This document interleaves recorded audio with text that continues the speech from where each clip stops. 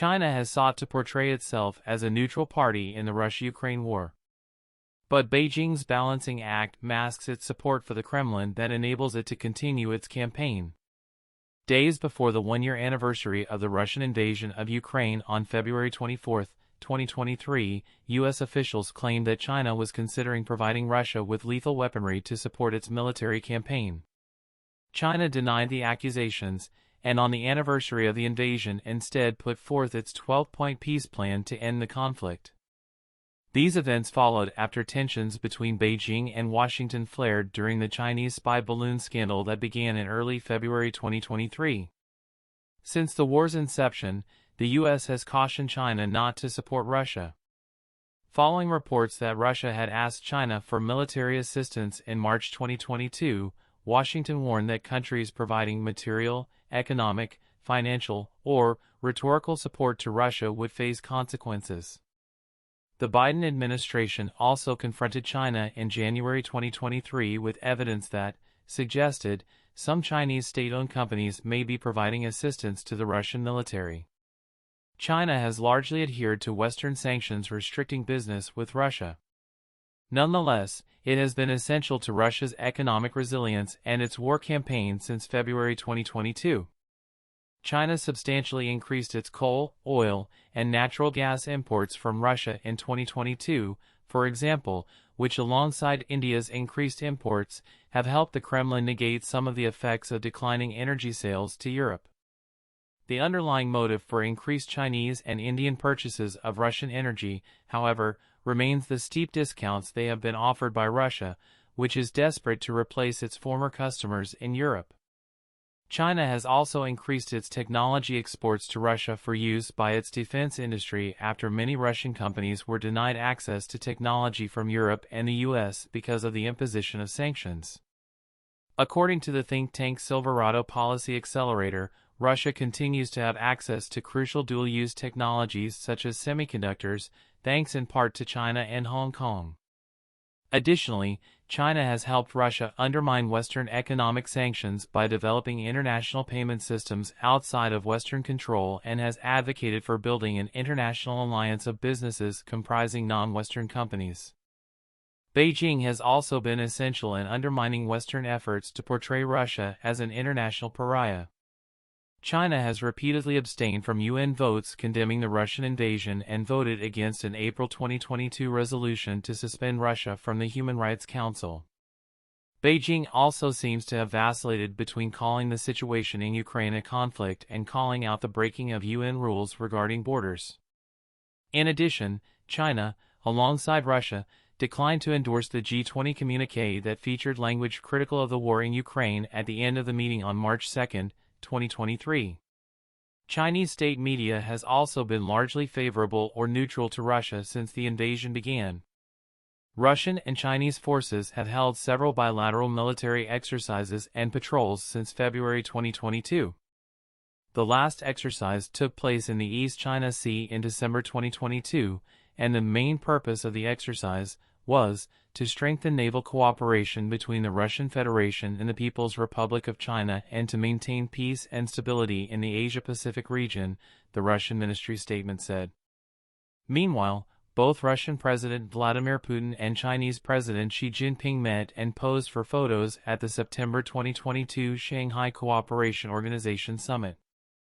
And in the coming months, Xi Jinping is expected to travel to Russia after top Chinese diplomat Wang Yi visited Moscow in February 2023. While China has shown it is willing to assist Russia, it has been careful to avoid perceptions of overt support. China has cited the need to respect and safeguard the sovereignty and territorial integrity of all countries without denouncing Russia or calling for it to end the conflict. But after China's top drone maker, Dejiang Innovations, DJI, banned exports of its drones to Ukraine and Russia in April 2022, Russia has continued to freely operate DJI surveillance technology to target Ukrainian drone operators, demonstrating the limits of Chinese neutrality. Alongside the suspected impending Chinese military supplies to Russia that were referred to by the Biden administration, Beijing is clearly more invested in a Russian victory than a Ukrainian one, even if it won't admit it publicly. So why is China so invested in supporting Russia while refusing to do so openly?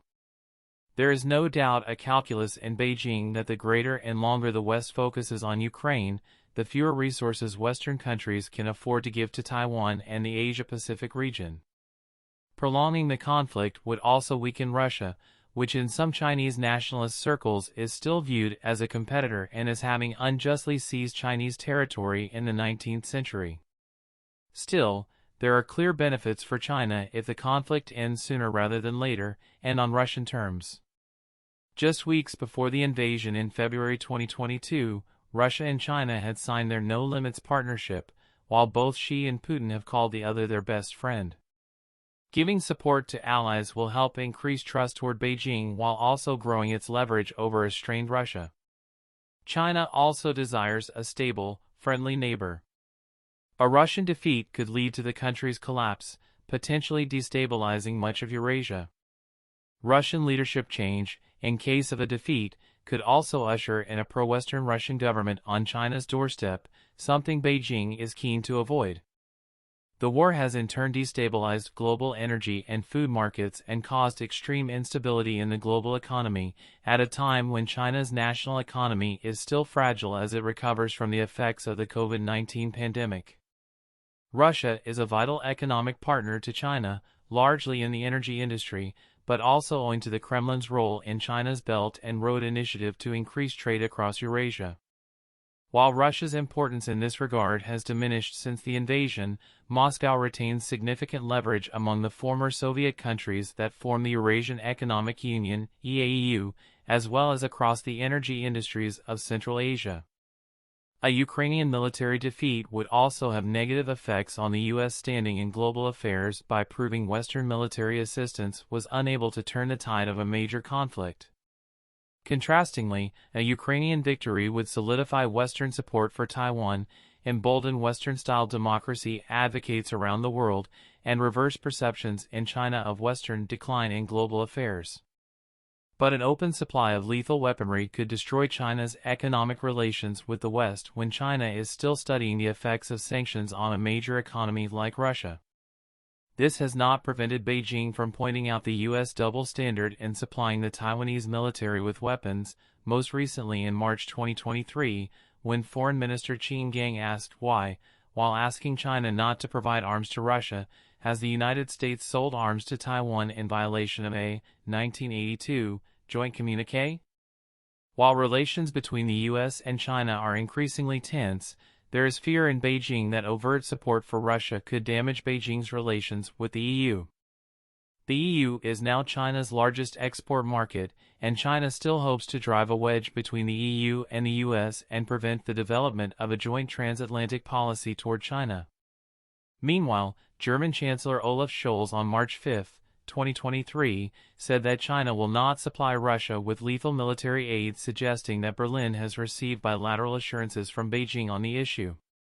Together with Xi Jinping's comments in November 2022 stressing the need to avoid the threat or use of nuclear weapons, China seeks to highlight its mediating position and prove it is a responsible actor in world affairs that promotes peace.